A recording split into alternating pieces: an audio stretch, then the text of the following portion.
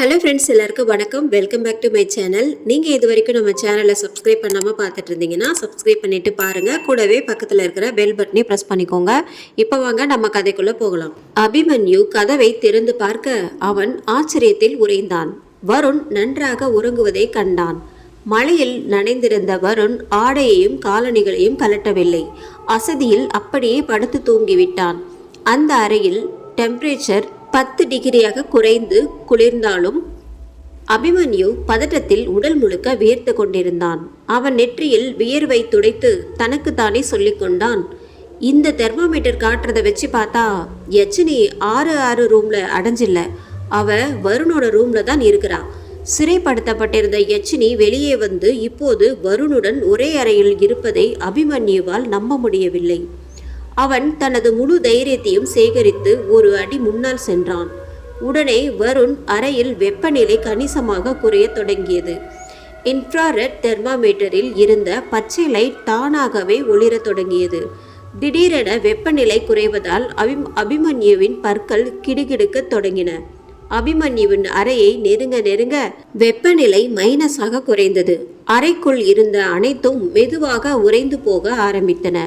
பொருட்கள் உறைந்தது மட்டுமல்லாமல் அவனது உடலும் சில் என்றாகி உறைய துவங்கியது. வளிமண்டல மாற்றத்தை கண்ட அபிமன்யு குழப்பமாக அறையை சுற்றி பார்த்தான்.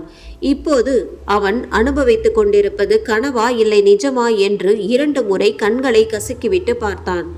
அப்போது அவன் வருணின் உடலை பார்க்க அது முற்றிலும் பனியால் மூடப்பட்டிருப்பதை கண்டான். அபிமன்யு பரபரப்பாக வருணை எழுப்ப சென்றான். திடீரென்று அபிமன்யுவிற்கு உடல் நடுக்கம் தாங்க முடியாமல் தடுமாறினான். அவனது உடலில் சுவாசத்தின் வேகம் அதிகரித்து அடுத்த கணமே அவன் பலத்த சத்தத்துடன் பொத்தென தரையில் விழுந்தான். மறுபுறம் காலை 7 மணி. வருணின் பெரியப்பாவின் வீட்டில் அனைவரும் தங்கள் வேலையில் மும்முரமாக இருந்தனர். ஜானகி தன் அறையை துடைத்து கொண்டிருந்தாள். காயத்ரி அவளுக்கு உதவி செய்து கொண்டிருந்தாள். காயத்ரி ட்ரெஸ்ஸிங் டேபிள் சுத்தம் செய்யும் போது அவள் கண்கள் சீலிங்க்கு அருகில் இருந்த சுவிட்ச் போர்டில் விழுந்தன. அந்த பிளக் பாயிண்டில் ஒரு மொபைல் ஃபோன் சார்ஜ் போடப்பட்டிருந்தது. அவள் தொலைபேசியை எடுத்து, அத்தா, நீங்கள் புது ஃபோன் வாங்கிட்டீங்களா? என்கிட்ட சொல்லவே இல்லை பார்த்தீங்களா? ஜானகி மொபைலை வாங்கி திருப்பி திருப்பி பார்த்துவிட்டு, இந்த ஃபோன் என்னோடது இல்லை காயத்ரி என்றாள். என்னது, இது உங்களோடது இல்லையா? அப்போ இது யாரு தான் இருக்கும் என்று கேட்டாள் காயத்ரி. ஜானகி எதையோ நினைவு கூர்ந்து, ஓ, இப்போதான் ஞாபகம் வருது, இந்த மொபைல் வருணோடது. அவன்தான் நேற்று ஃபோனை சார்ஜ் போட்டிருந்தான். நேற்று வீட்டிலேருந்து கோச்சிட்டு போகிற அவசரத்தில் அவன் மொபைலை இங்கேயே விட்டுட்டு போயிட்டான் போல.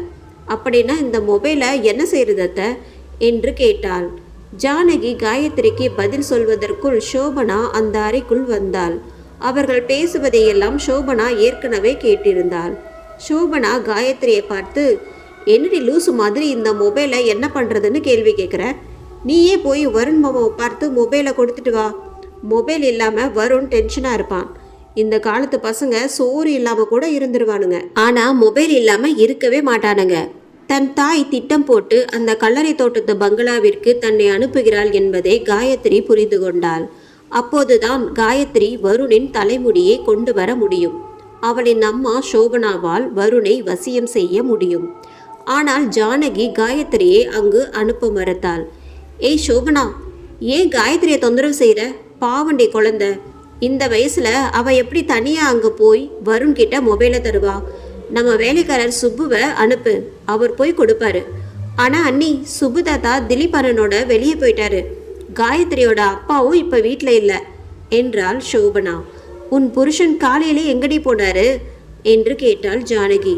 எனக்கு தெரியாது அண்ணி, அவர் எங்கே போகிறாரு வர்றாருன்னு என்கிட்ட அவர் என்னைக்கு சொல்லியிருக்காரு? அப்படி ஏதாவது கேட்டுட்டா போதும், வானத்துக்கும் பூமிக்குமா குதிச்சு கோவப்படுவார்.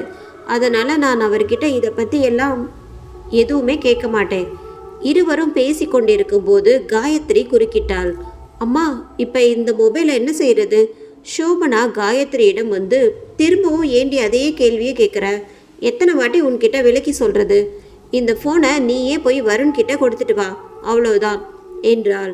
சோபனாவின் பதிலை கேட்ட காயத்ரி சிறிது அவளை நெருங்கி, ஆனா அந்த கல்லறை தோட்டத்து பங்களாவுக்கா என்று பயத்துடன் கேட்டாள். காயத்ரி தான் சொல்ல வந்ததை நிறைவு செய்வதற்கு முன்பு சோபனா அவளை குறுக்கிட்டு, ஆமா அங்கதானே வருண் இருக்கான், இதையே சாக்கா வச்சு நீ வருணை மீட் பண்ணி நேத்து நடந்ததுக்கு சாரி கேட்டுட்டு வா, சரியா? காயத்ரி அங்கு செல்ல பயந்தாள். அம்மா என்றாள். சோபனா காயத்ரியை முறைத்து பார்த்துவிட்டு, ஏய் வேலையை முடிச்சுட்டு திரும்பி வா, இல்லை உன்னை உண்டு இல்லைன்னு ஆக்கிடுவேன் என்று மிரட்டினாள். காயத்ரி சோபனாவிடம், சரிம்மா நான் எல்லாத்தையும் முடிச்சுட்டு வரேன் என்று சொல்லிவிட்டு காயத்ரி அறையை விட்டு வெளியே சென்றாள். அறைக்கு வெளியே சோபனாவும் அவளை பின்தொடர்ந்து வந்தாள். அவள் அறையை விட்டு வெளியே வரும்போது அவள் வழக்கமான வேகத்தை விட சற்று மெதுவாக காயத்ரி நடப்பதை அவள் கவனித்தாள். சோபனா அவளை பின்னால் வந்து அவள் தோளில் கையை வைத்தவுடன் காயத்ரி அலறினாள். சோபனா காயத்ரியின் முகத்தில் இருந்த பயத்தை உணர்ந்து அவளிடம், ஏண்டி இவ்வளோ பயப்படுற என்று கேட்டாள். காயத்ரி அழுது கொண்டே சோபனாவிற்கு பதிலளித்தாள். அப்புறம் அழாம என்ன செய்ய சொல்ற? அந்த பேய் பங்களாவுக்கு என்னை தனியாக அனுப்புறியே, இது உனக்கே நியாயமாக இருக்கா என்று கேட்டாள். நீ இவ்வளோ பயப்பட தேவையில்லை, என்னோட வா, நான் உன்னோட பயத்தை போக வைக்கிறேன் என்றாள் சோபனா. இதை சொன்ன பிறகு அவள் காயத்ரியின் கையை பிடித்து சமையலறைக்கு அழைத்து சென்றாள். காயத்ரி சமையலறையை நன்றாக பார்த்து அவளிடம், அம்மா ஏன் கிச்சனுக்கு என்னை கூட்டிட்டு வந்திருக்க என்று கேட்டாள். சோபனா தனது உதடுகளில் விரல்களை வைத்து காயத்ரியை அமைதியாக இருக்கும்படி கட்டளையிட்டாள். அவளது அம்மா கோபமாக இருப்பதை பார்த்து காயத்ரி அமைதியாக இருக்க முடிவு செய்தாள். சோபனா சமையலறையில் ஒரு பெட்டியை எடுத்து அதிலிருந்து 5 கடுகுகளை எடுத்து காயத்ரியிடம் ஒப்படைத்தாள். அவரிடம் இருந்து கடுகுகளை வாங்கி கொண்டு காயத்ரி, இது என்ன அம்மா, ஏன் கடுகு என்கிட்ட கொடுக்குற? ஓ சமைக்க போகிறோமா? ஆனால் இந்த 5 கடுகை வச்சு நான் எப்படி சமைக்கிறது என்று அப்பாவியாக கேட்டாள். காயத்ரியின் பேச்சை கேட்ட சோபனா கோபமடைந்தாள். காயத்ரியின் தலையில் நங்கென கொட்டினாள். அறிவு கட்டவளே! காயத்ரி ஆ என்று தலையை தேய்த்து கொண்டே சோபனாவிடம், ஏமா கொட்டுற என்று கேட்டாள். நான் உன்னையும் அந்த வருண் பையனையும் சேர்த்து வைக்க தவிச்சிட்டு இருக்கேன். லூஸ் மாதிரி விளையாடிட்டு இருக்க. நான் சொல்றத நல்லா கேட்டுக்கோ. இந்த சின்ன கடுகு தான் பெரிய துரதிருஷ்டவசமான சக்திகளை நல்லதா மாத்திர திறன் படைச்சுதுங்க என்று சோபனா பதிலளித்தாள். சோபனா பேசி முடிப்பதற்குள் காயத்ரி அவளை குறுக்கிட்டு, என்னது துரதிருஷ்ட சக்திகளா? நல்லதா மாத்திடுமா? எப்படிமா என்று கேட்டாள். சோபனா ஆழ்ந்த மூச்சை எடுத்து, எல்லா கண்திஷ்டிகளையும் நீக்க, எல்லா பிரச்சனைகளையும் தீர, கடனில் இருந்து விடுபட, வெற்றியடைய, இது மாதிரி பல விஷயங்களுக்கு இந்த கடுகு பயன்படும். நீ தெரிஞ்சுக்கிறதுக்காக சொல்கிறேன். இந்த கடுகு விதைகள் ஒரு அற்புதமான சக்தி படைச்சதுங்க. பேய்களை பயமுறுத்த உப்பு பயன்படுத்துகிற மாதிரி யட்சினியும் இந்த கடுகு விதைகளுக்கு பயப்படுவா. இருந்தாலும் இந்த கடுகு விதைகளோட சேர்த்து சொல்ல வேண்டிய மந்திரமும் இருக்கு, இல்லைன்னா அது வேலை செய்யாது. என்ன மந்திரம் என காயத்ரி கேட்டாள். வா உன் காதை கொடு என்றாள் சோபனா. காயத்ரி தன் காதுகளை சோபனாவிற்கு அருகில் கொண்டு வந்து கேட்டாள். ஏறக்குறைய 2 நிமிடங்கள் காயத்ரியின் காதுகளில் சோபனா தொடர்ந்து ஏதோ சொன்னாள். அவள் முடித்த பிறகு காயத்ரி அவளை பார்த்து, அம்மா இந்த மந்திரம் ரொம்ப பெருசா இருக்கு, நான் அதை மறந்துட்டா என்ன செய்யறது என்று கேட்டாள். நீ மறந்துட்டா அதோடு நீ அவ்வளோதான். இப்போ நீ உன் வழியை பார்த்து போக நேரம் வந்தாச்சு. என் வேலை மந்திரத்தை உனக்கு சொல்றது மட்டும்தான். இந்த மந்திரம் மூலமாக தான் நான் உன்னை எப்படியாவது பாதுகாக்க முடியும், இல்லை உனக்கு ஏதாவது உதவி செய்ய முடியும். மற்றபடி எல்லாம் உன்கிட்ட தான் இருக்கு. இப்போ நீ போய் செய்ய வேண்டியதை செய் என்றாள் சோபனா. 5 கடுகு விதைகளை கையில் பிடித்து கொண்டு காயத்ரி கல்லறை தோட்டத்து பங்களாவை நோக்கி புறப்பட்டாள். மறுபுறம் தூங்கிக் கொண்டிருந்த வருண் மெல்ல மெல்ல கண் விழித்து எழுந்தான். அவன் சோம்பல் முறித்து ஒரு பெரிய கொட்டாவி விட்டான். அவன் படுக்கையில் இருந்து ஒரு அடி கீழே இறங்க அவன் அபிமன்யுவின் மார்பில் நேரடியாக கால் வைத்தான். அபிமன்யு வலி தாங்க முடியாமல் உரத்த குரலில், ஆ என்னை கொல்ல பார்க்கறான் என்று கத்தினான்.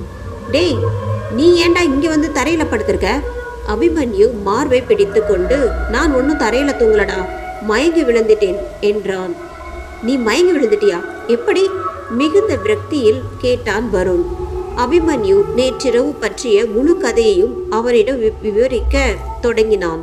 முழு கதையையும் கேட்ட பின் வருண் தொடர்ந்து பிரமிப்புடன் அபிமன்யுவை பார்த்து கொண்டிருந்தான். அவன் தொடர்ந்து கூறுகையில், அப்ப யட்சினி அவளோட ரூம்ல இருந்து வெளியே வந்துட்டா. ஆனா நேத்து ராத்திரி முழுக்க அவ என்னோட தான் இருந்திருக்கா. அதான நீ அப்படிதானே சொல்ல வர என்று கேட்டான் வருண். ஆமா, நான் இன்ஃப்ராரெட் தெர்மாமீட்டரை வச்சு டெஸ்ட் பண்ணேன். ரூமோட டெம்பரேச்சர் திடீர்னு மைனஸில் குறைஞ்சி குளிர ஆரம்பிச்சிருச்சு என்றான் அபிமன்யு. எங்க உன் இன்ஃப்ராரெட் தெர்மாமீட்டரை காட்டு, விரக்தியுடன் வருண் கேட்டான். அபிமன்யு தனது அருகில் தேடினான். அது அவனிடமிருந்து 2 அல்லது 3 மீட்டர் தொலைவில் தரையில் விழுந்தது. அவன் அதை எடுத்து வருணிடம் கொடுத்தான். இதோ. வருண் அவனிடமிருந்து மீட்டரை பறித்து அவனை சுற்றியுள்ள வெப்பநிலையை சரிபார்க்க தொடங்கினான். அவனை சுற்றியுள்ள வெப்பநிலையை சோதித்த பிறகு தெர்மாமீட்டர் எவ்வாறு இயங்கியது மற்றும் அணைகிறது என்பதை அவன் கவனித்தான். சிவப்பு மற்றும் பச்சை விளக்குகள் சில நேரங்களில் ஒரே நேரத்தில் எரிகின்றன. பின்னர் திடீரென வெப்பமணி தானாகவே அணைந்து விடுகின்றன. வருண் ஒரு மோசமான சிரிப்பை வெளிப்படுத்தி, இதுவும் உன்னோட மற்ற டிவைஸ் மாதிரி தான் ரிப்பேரா இருக்கு. ஏன் நீ கொண்டு வர்றதெல்லாம் உன்ன மாதிரியே டம்மியா இருக்குடா என்று கிண்டலடித்தான். அபிமன்யு வருணின் கையில் இருந்து தெர்மாமீட்டரை எடுத்து, என்ன இது, எப்படி ரிப்பேர் ஆச்சு? நேத்து நைட்டு வர நல்லா தானே வேலை செஞ்சது, திடீர்னு என்னாச்சு? அபிமன்யுவிற்கு வருண் பதிலளிக்கவில்லை. அதற்கு பதிலாக வருண் தனது உடல் முழுவதும் பார்க்க தொடங்கினான். அவனது சட்டை பட்டன்கள் அனைத்தும் திறந்திருப்பதை கவனித்தான் மற்றும் அவனது மார்பில் கீறல்கள் இருந்தன. இவை அனைத்தையும் பார்த்த அவன் அபிமன்யுவை சந்தேகிக்க தொடங்கினான். அவன் அபிமன்யுவை பார்த்து, டேய் அபி, நீ என்ன செஞ்ச நேத்து? நீ இப்படி கேவலமாக நடந்துக்குவேன்னு நான் கொஞ்சம் கூட எதிர்பார்க்கல. நீ இப்படிப்பட்டவன் தெரிஞ்சிருந்தா நான் உன் கூட பழகி இருக்கவே மாட்டேன் என்று கோவப்பட்டான். அபிமன்யு குழப்பத்துடன் வருணை பார்த்து, நீ என்ன சொல்ற? எனக்கு புரியல. வருண் அவனுடைய மார்பை காட்டி, இங்கே பாரு, என் சட்டை பட்டன் எல்லாம் திறந்திருக்கு, உடம்புல வேற கீறி வச்சிருக்கு, இதெல்லாம் எப்படி வந்துச்சு? அபிமன்யு வருணை பார்த்து, இந்த கீறல் அடையாளெல்லாம் நேத்து நைட்டு கூட உன் மேல இருந்துச்சு. அது மட்டும் இல்ல, நீயும் நேத்து நைட்டு என்ன மாதிரியே பங்களாவுக்கு வெளியே சுயநினைவு இல்லாம மயங்கி விழுந்துதான் கிடந்த. வருண் தலையை பிடித்து கொண்டு, என்ன, நான் மயங்கி விழுந்து கிடந்தனா? அதுவும் பங்களாவுக்கு வெளியிலையா? ஆமா, தயவு செஞ்சு நேத்து நைட்டு என்ன நடந்துச்சுன்னு சொல்லு என்றான் அபிமன்யு. வருண் நேற்று இரவு நடந்த விஷயங்களை நினைவுபடுத்த தொடங்கினான். நேத்து நைட்டு நான் ஒரு பெண்ணை சந்திச்சேன் என்றான் வருண். இதை கேட்ட அபிமன்யு தனது புருவங்களை உயர்த்தி குழப்பத்துடன், பொண்ணு சந்திச்சியா? அவ யார்? அவ பேர் என்ன? மச்சான், அவ பேரு பூங்கோத. அவ ரொம்ப அழகா இருந்தா. அவ முகத்தை என்னால் மறக்க முடியாது. இங்கே முதல் நாள் நாம் வரும்போது ஒரு பொண்ணு வழிகாட்டினால அவளே தாண்டா என்று சொன்னவுடன் அபிமன்யுவுக்கும் லேசாக அவள் முகம் நினைவுக்கு வந்தது. ஆமாம் என்பது போல தலையசைத்தான். வருண் மேலும் நினைவு கூர்ந்து, அவ எனக்கு ஆத்த கடக்க உதவுனா. பதிலுக்கு நான் அவகிட்ட 500 ரூபாய் பணம் கொடுத்தேன். திடீர்னு அவ காணாம போயிட்டா. அவ மறைஞ்சப்ப தாமரைப்பூ வாசனை வந்துச்சு. அபிமன்யு, ஆமா, நேத்து ராத்திரியும் தாமரைப்பூ, பொண்ணு, பரிசல் வாசம்னு முணுமுணுத்து கொண்டே இருந்த என்று கூறினான். வருண் இன்னும் சில விஷயங்களை நினைவுபடுத்துவதில் கவனம் செலுத்த தொடங்கினான். பிறகு, மச்சான், அந்த பொண்ணோட தலையை சுற்றி தாமரைப்பூ இருந்துச்சு. அவள் அதை என்கிட்ட கொடுத்தா நான் அதை கையில் வாங்கி மோந்து பார்த்தேன். அப்புறம் என்ன நடந்துச்சுன்னு எனக்கு சுத்தமாக ஞாபகம் இல்லை. நான் எப்படி இங்கே வந்தேன்றது எனக்கு ஞாபகம் இல்லை என்றான் வருண். வருண் சொல்வதை கேட்டு அபிமன்யு பயந்தான். நீ என்னடா சொல்கிற? தாமரைப்பூ வச்சிருந்தாளா? சரி, அந்த பொண்ணு பற்றி வேற ஏதாவது ஞாபகம் இருக்கா என்று அபிமன்யு கேட்டான். வருண் மேலும் சில விஷயங்களை நினைவுபடுத்தி சிரிப்புடன் அவனுக்கு பதிலளித்தான்.